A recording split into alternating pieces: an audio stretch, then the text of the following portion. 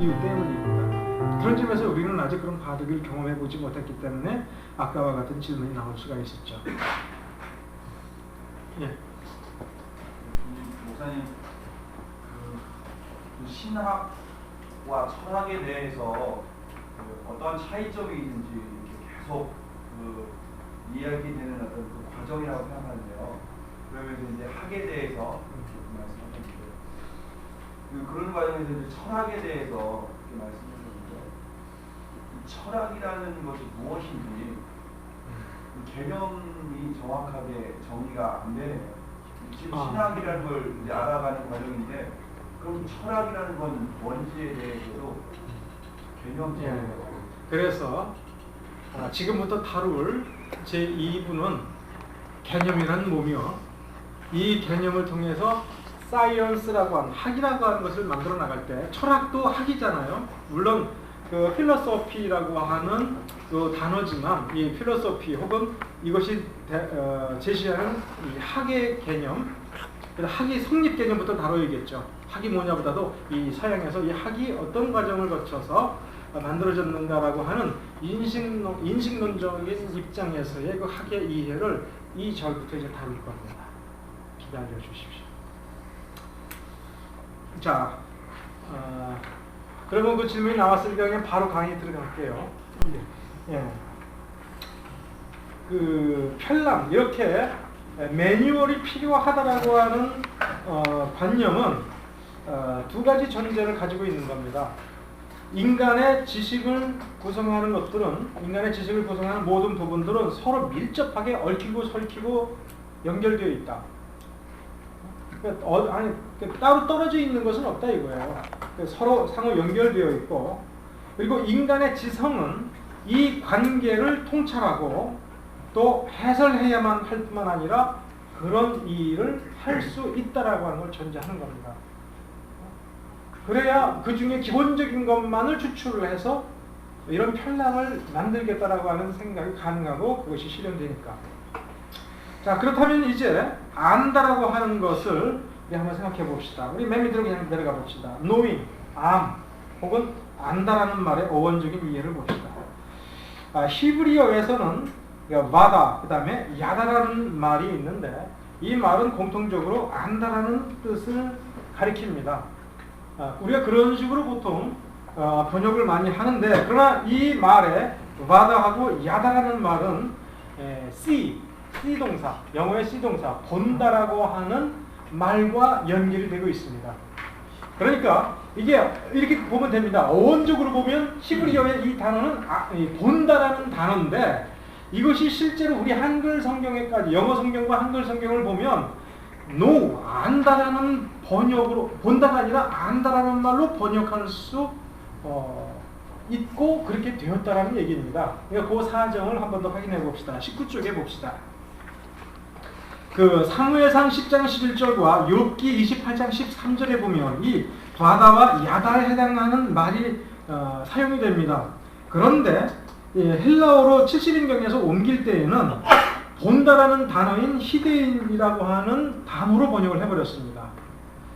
그리고 개역 한글과 그 다음에 NIV 킹제임스 버전은 다시 to know, 안다라는 말뜻으로 번역했습니다. 그렇다면 이런 결론이 됩니다. 구약 성경의 맥락에서는 본다라는 말과 안다라는 말은 기본적으로 일맥상통한다는 얘기입니다. 자, 우리 to see라고 하는 말, 본다라는 말을 영어를 기준으로 해서 한번 살펴봅시다. 무의지 지각동사라는 게 여러분 알 겁니다. 그게 뭡니까? 내가 보려는 생각이 없는데 내가 눈이 띄어져 있어요. 눈을 뜨고 있으니까 눈에는 보이는 겁니다. 여기 컵이 있네 이렇게 얘기하는 것은 내가 컵을 여기서 찾아보려고 노력했기 때문에 이 컵이 여기 존재하는 것이 아니라 이 컵이 여기에 존재하는데 내가 눈을 떴어요. 그러니까 눈에 보이는 겁니다. 나는 어떤 의도를 가지고 컵을 본 게 아닙니다. 물을 마셔야 된다거나 이 컵을 금덩어리를 바꿔야 된다거나 이 컵이 높이가 몇 cm가 되는지 꼭 확인해야겠다라고 하는 어떤 의도적 미리 어떤 생각을 하고 본 게 아니라 그냥 그래서 우리말은 이 말은 가장 정확하게 이 to see라고 하는 동사를 번역한 정확한 말은 보이네, 보인다라는 말입니다. 그게 있네라는 정도의 말이죠. 그런데 또 무슨 말이 있느냐면 물끄러미 쳐다본다. 그냥 할 일 없이 그냥 바라본다. 그냥 봐. 이런 말이죠. 그냥 쳐다보고 있어. 어떤 기분 나쁘고 있는 사람을 쓱 쳐다봤는데 너 왜 나 쳐다봐? 왜 꼬나봐? 아닌데요. 저 그냥 보고 있었는데요. 그냥 아무 생각 없이요. 그래서 재수 좋으면 그냥 넘어가고 재수 나쁘면 몇 대 맞는 거죠. 저도 한번 맞춰봤어요. 눈이 한번 딱 마주쳤어. 이리 오래. 그래 나중에 이게 솔직히 얘기해요. 나 되게 기분 나쁘거든. 그냥 나 아무나 패고 싶었어. 근데 너하고 눈이 마주쳤거든. 그래서 내가 좀 팰게. 하면서 패더라고. 맞아야지 어떡합니까? 싸움을 못하니까 맞는 거죠. 그죠? 근데 여기서 내가 그 사람이 깡패인가 하면서 일부러 봤나? 그건 아니거든요. 그러니까 여러분도 물끄러미 본다라고 하는 거를 여러분 분명히 이해할 겁니다. 근데 영어 단어에서 to see라고 하는 말은 그것도 포함이 됩니다. 그런데 또 뭐가 있냐면은 찾아본다, 유의하여 살펴본다라는 개념이 있습니다. 여러분 집에 가서 영화사전 한번 보십시오. C 동사를 놓고 그 많은 뜻을 쭉 놓고 보면 기본적으로 이 세 가지 말이 됩니다. 이 마지막 것, 유의해서 찾아본다. 거기에 강의 안에 seeking, investigating, 조사하다라는 뜻을 가진 본다라는 게 있습니다. 찾아본다, 확인해본다. 마침 우리나라 말에도 꼭 이 세 가지 전부 본다가 들어가죠. 보잉에, 그 다음에 쳐다본다, 그 다음에 찾아본다. 그러면 see 동사의 이 세 가지 범주 중에 이 마지막 범주, 일부러 찾아본다라고 확인해 본다라는 이 말에 to know, 안다라고 하는 개념이 만나는 겁니다. 이럴 때에는 이제 거기 2번 괄호 3번에 2번 중간에 premeditatively, 미리 생각해 두고서라는 말입니다. 미리 생각해 두고서 어떤 것을 찾아본다. 이유는, 목적은 그것을 찾아내기 위해서. 미리 어떤 것을 생각해 두고 그것을 실제로 찾아보기 위해서 뒤져보는 거예요. 여기 이 하얀색 컵을, 내가 커피를 마신 컵을 여기다가 두었는데 하고서 생각하고 난 다음에 그것이 거기 있는가 확인해 보는 겁니다. 이게 의도적 탐구, 그 다음에 탐색, 궁리라고 하는 개념이 거기에서 발전되어 나오는 것입니다. 그러면 거기에서는 이미 본다라고 하는 그 단어는 질적 변화를 일으킨 겁니다. 그럼으로써 거기에는 의도적인 것이기 때문에 작업이 들어갑니다. 무슨 작업? 정신적인 작업, 분석하는 작업, 생각하는 작업이 거기에 개입이 돼서 그 어떤 결과에 도달합니다. 그래서 뭐라고 얘기하냐면 알았다. 그래서 to know는 실제로 영어 문장에서 찾아보면은 단순 현재로 I know 이렇게 돼 있어요. 그러면 그건 뭐냐면 나는 지금 알아가고 있어가 아니라 알았다라는 말까지, 즉 현재 완료와 동일한 의미로 단순 현재 I know를 씁니다. 실제로 문법을 보면 그런 뜻이라고 고급 문법에서는 얘기합니다. 그러니까 그냥 C는 확인해 본다라는 어떤 동기라든가 작업 개시를 가리키지만 I know 하게 되면 일맥상통하지만 이미 거기는 고도의 지적인 작업을 한 결과로서의 알고 있다라고 하는 개념에 도달한다는 것입니다. 그러니까 출발점은 본다는 거예요. 본다에서 안다에 이르게 되는 겁니다. 그러므로 우리가 무엇인가를 알았다 혹은 지식이라고 하는 것은, 그러니까 지식이라는 말은 굉장히 딱딱한 말이죠. 그냥 우리 순수 우리말로 이 알미라고 하는 이 말은 일련의 어떤 사고 과정을 거쳐서 도달하게 된 상태를 가리킵니다. 여기에 관해서는 성경에서 이 헬라어로 세 가지 종류의 단어가 여기에 사용됩니다. 그노시스라는 말이 있고, 브레페이스타이라는 말이 있고, 데아스타이라고 하는 말이 있습니다. 그러면 그노시스라고 하는 것은 이 저급한 형태의 단순한 알을 가리킵니다. 헬라어에서. 브레페이스타이는 부분적으로 아는 거 혹은 침침하게 아는 거. 요 단어가 어디 나오겠습니까?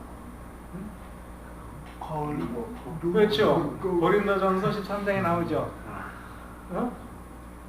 지금은 거울로 보는 것 같이 힘이 하나 할 때에 그 정도의 부분적인 좀 미숙한 형태의 저급한 것보다는 낫지만 그러니까 여기서 그노시스라고 하는 것은 거의 초신자적인 혹은 불신자적인 어떤 지식 상태를 가리키겠죠. 신학의 관점에서 놓고 보면. 그러다가 이제 신학을 하면서 조금 알아가요. 그러니까 뭐는 좀 알지만 다른 거는 모르겠다. 정말로 헤매. 아직 헤매.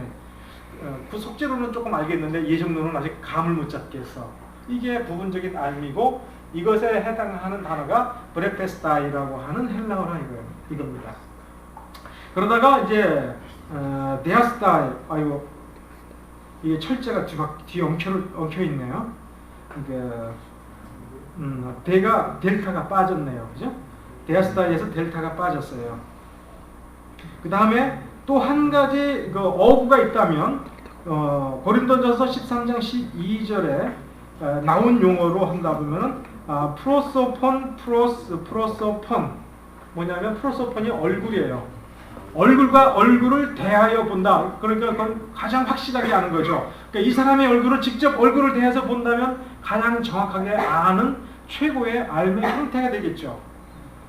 즉 완벽해진 그노시스, completed 그노시스의 단계에 해당하는 알이 또 있습니다. 자, 그러면 이게 실제 단어는 세 가지로 쓰여졌고 실제적 용례에 따라서 다시 한번 정리를 해봅시다. 어떤 것의 내용에 대한 의견, 판단, 분석, 즉 지적 사유의 작업을 하나도 하지 않은 상태에서 그냥 단순하게 아는 거, 그건 뭐냐면 있다 없다 정도죠. 예를 들어서 너 이 교회 목사님이 유능한 부흥사라는 거 너 알아? 이런 거. 그분에 대한 어떤 고차원적인 지식을 묻는 게 아니라 단순하게 그런 사실을 아냐? 너 이 교회가 대전에서 제일 큰 교회라는 거 알아? 이거 뭘 물어보는 겁니까?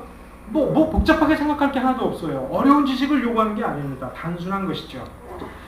이런 것을 이제 영어에서 do you know? 이렇게 물어볼 때 이제 그런 것이 되겠죠. 그 다음에 알의 단계는 뭐냐면 understand. 너 그거 이해하냐? 너 그 말 뜻 뭔지 알아? 그걸 깊이 있게 좀 더 생각해봐서 이해해봤어? 이것은 아까 얘기한 단순하게 do you know? there is 너 그런 거 있다는 거 알아? 너 그런 사실 알아? 오늘 뉴스에 그런 말이 나왔는데 그거 알아? 뭐 침례신문에 그 다음에 중도일보에 침시대 깠다며 너 그거 봤냐? 그냥 봤냐? 이렇게 물어보는 거. 너 그거 왜 그랬는지 알아? 너 이해하고 있어? 너 지금 침신대가 그 기사에서 제시하는 것처럼 상당한 위기에 직면하고 있다는 걸 너 이해하고 있냐? 이렇게 물어볼 때는 단순히 그거 봤냐라고 하는 건 다르죠. 이것은 개념 본질을 파악했다는 얘기입니다. 너 개념과 본질을 파악했느냐라는 질문입니다. 따라서 이것은 확실하다, 확신하고 있다는 것과 상당히 비슷한 개념인 것이죠. 그런데 본질을 이해하고 있고 그 다음에 이것을 체계적으로 정리하고 그 배경까지 아주 체계적으로 정리해서 알고 있는 단계, 즉 사이언스의 단계에 도달하는 거죠. 예를 들어서 무슨 학에 대해서 아냐? 너 우리 그 침신대의 그 커리큘럼을 분석해서 커리큘럼 교육 과정 학에 관해서 한번 논해 볼래? 또 목회학적 관점에서 침신대의 위기를 분석해 볼까? 이건 누가 하는 겁니까? 가장 고도의 지적 단계에 도달하는 사람들이 연구 행위를 하는 것이죠. 개념과 본질은 몇 번의 경험으로 파악이 될 수 있어요. 즉각적으로, 직관적으로. 그러나 그것을 분석하는 것은 상당히 고차원적인 지적 활동이 요구되는 것이죠. 자, 이 사이언스는 특징이 있습니다. 20쪽에 보면 이것은 거의 전적으로 언더스탠딩의 영역에만 해당이 됩니다. 뭐가 있다 없다라고 하는 것은 분석 대상이 되질 않아요. 그 본질을 체계적으로 이해하는 것에서부터 이 사이언스가 시작이 되고 그 이해의 결과물로서 확보된 지식의 편린들을 조직화하는 것에 관련이 되는 겁니다.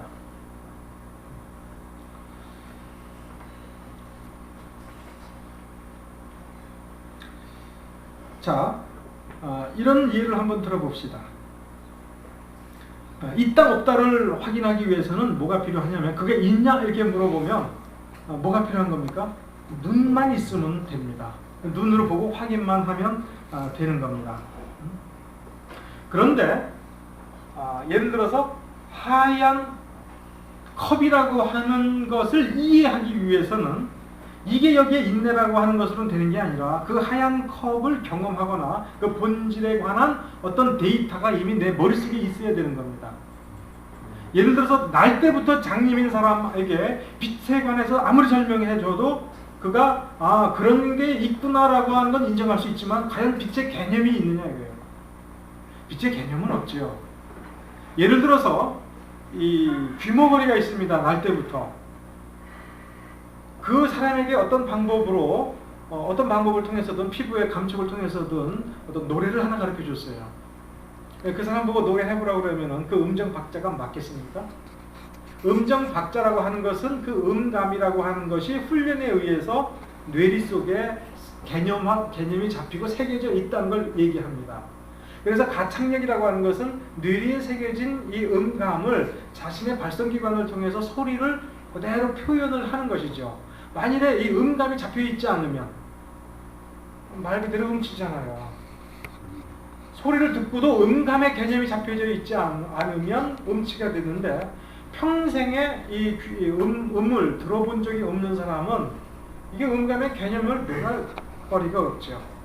여기에서 우리가 언더스탠딩은 어디에 있는 거냐면 이 감각기관이 아니라 뇌리 속에 새겨져 있는 것을 의미한다는 것을 여러분 이해하셔야 될 겁니다.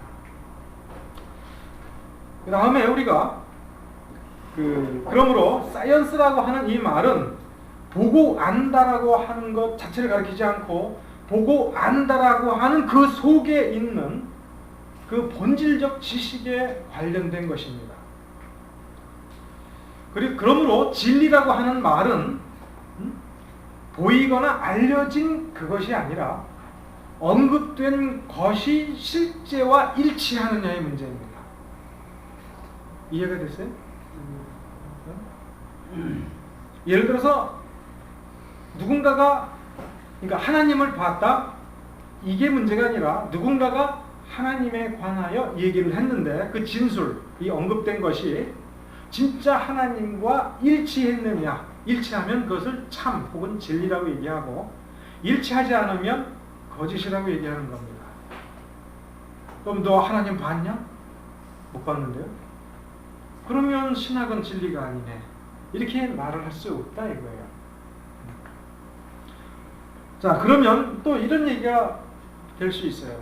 우리가 이해한다라고 할 때에는 어떤 방법에 의해서든 인간의 감각기관을 통해서 우리의 뇌리 속에 이 사유기능, 의식 속에 그것에 관한 어떤 데이터가 있다는 겁니다. 그러니까 실제 하는 것에 관해서만 이해가 가능한 겁니다. 한 번도 본 적이 없거나 경험한 적이 없거나 전혀 들은 바도 없는 그 어떤 것에 관해서 존재하지도 않는 그 어떤 것에 관해서 나는 이해하고 있다는 말은 성립이 안 되는 겁니다. 그러므로 인간이 뭔가를 알고 있었을 때에는 그 본질을 이해할 때에는 사이언스가 반드시 존재하게 되고 이 사이언스는 실체와 일치하지 않느냐라고 하는 진위라고 하는 것이 반드시 존재하게 됩니다. 그런데 인간을 분석을 해보면 인간은 태어나면서부터 성장할 때에 정상적인 인간이라면은 무언가를 알고 싶다. 무언가를 제대로 알고 싶다.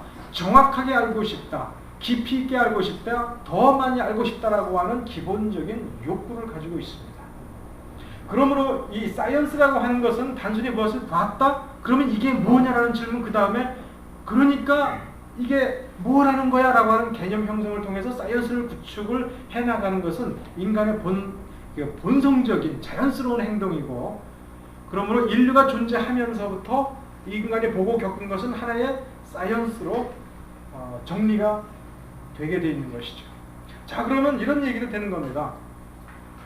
누군가가 이스라엘의 하나님 여호와 실제 하시는 그분을 경험하는 사람들이 있다면 하나님과의 마주침이라고 하는 것 그리고 그 하나님이 나에게 말씀하시고 또 일으키신 그 모든 것에 대해서 이게 뭐냐 라고 하는 이해를 추구하고 그 이해가 하나의 어떤 체계를 이루는 지식으로 사이언스로 우리가 흔히 사이언스를 부르는 그런 지식의 체제로 존재하는 것은 역시 당연하고 그것을 파악하려고 하는 것은 인간의 그리고 그 지식을 보존하려고 하는 것은 당연한 것이죠.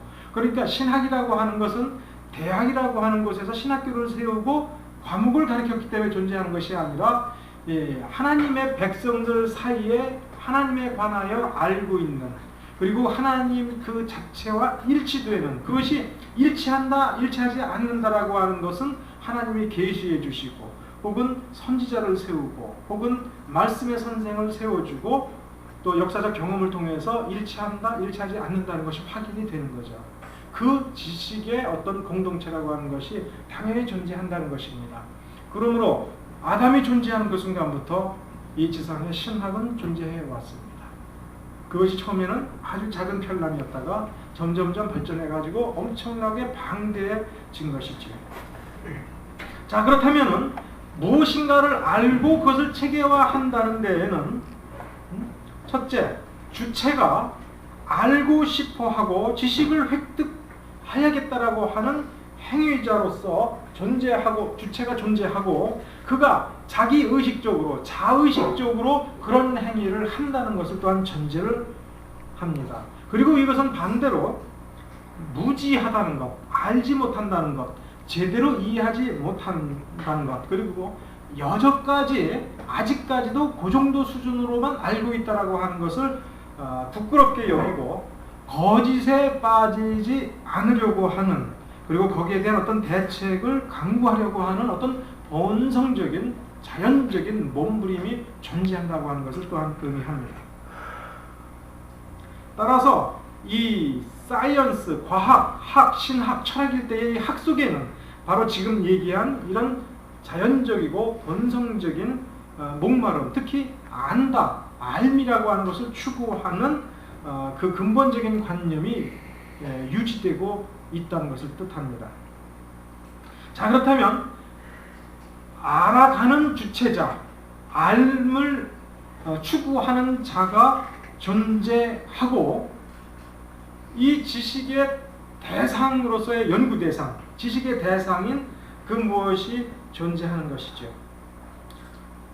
이것은 무슨 얘기냐면, 단순하고, 이 학이라고 하는 것은 단순하고 막연하게 사람이 알고 있는 것을 산술적으로 더했다고 해서 되는 것이 아니라는 겁니다.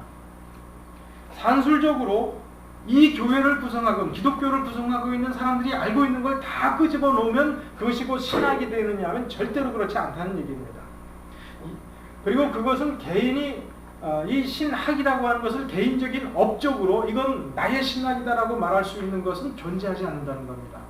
왜냐하면 하나님을 경험하는 것만 생각해 보아도 그것은 나 개인이 하나님을 경험하지만 전체적으로 보면 교회 속에서 교회가 경험하고 또 이 나와 동일한 방식의 어떤 하나님을 경험하는 그런 것들이 이 사람마다 다 있다는 얘기입니다. 그러므로 내가 경험한 것이 무엇이다라고 하는 것은 나에게 한정되지만 이것이 지향하는 궁극적인 의미로서의 하나님을 경험하는 것 그 자체를 학적 체계로 생각해 볼 때에는 그것은 한 개인의 영역이 아니고 바로 공동체 전체의 재산이며 그것은 인류 혹은 교회의 지식이라고 하는 겁니다. 그러니까 예를 들어서 아까 약학을 얘기했는데 약학이라고 하는 것이 어느 의사 한 개인의 독점물이 될 수도 없고 그 개인이 알고 있는 것이 약학의 복사본이지 실제 약학이라고 하는 지식체계 자체가 아니라는 겁니다.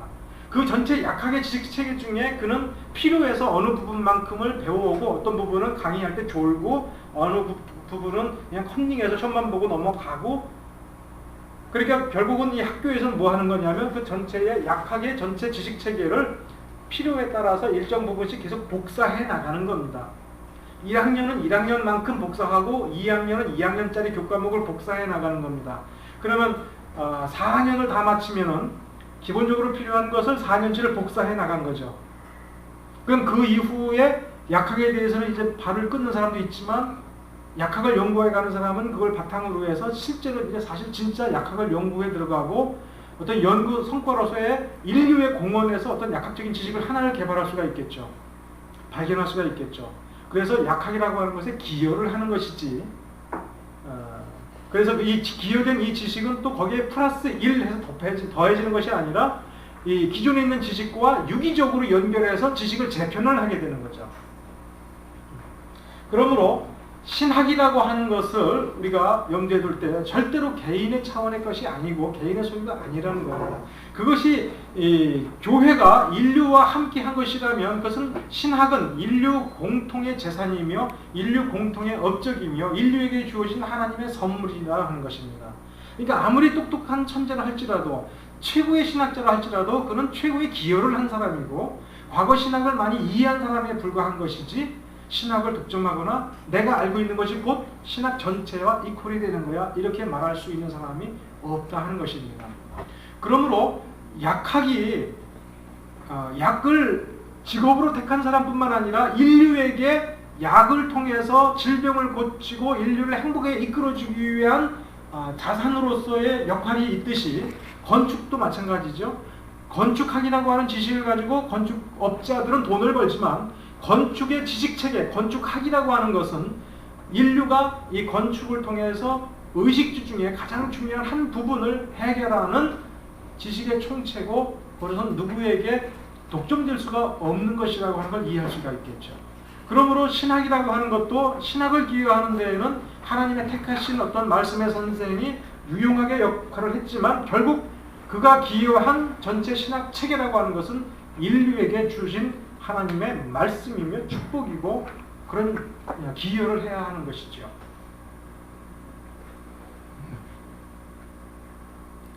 자, 그런 점에서 이 학이라고 하는 것은 단편적이거나 조각이나 원자적으로 움직이는 것이 아니라 이것이 인류의 삶과 그리고 인류의 다른 전체 지식과 유기적으로 작동하는 것이어야 하는 상당히 추상적인 개념이지만 그렇다라고 하는 것을 우리가 이해할 수 있습니다.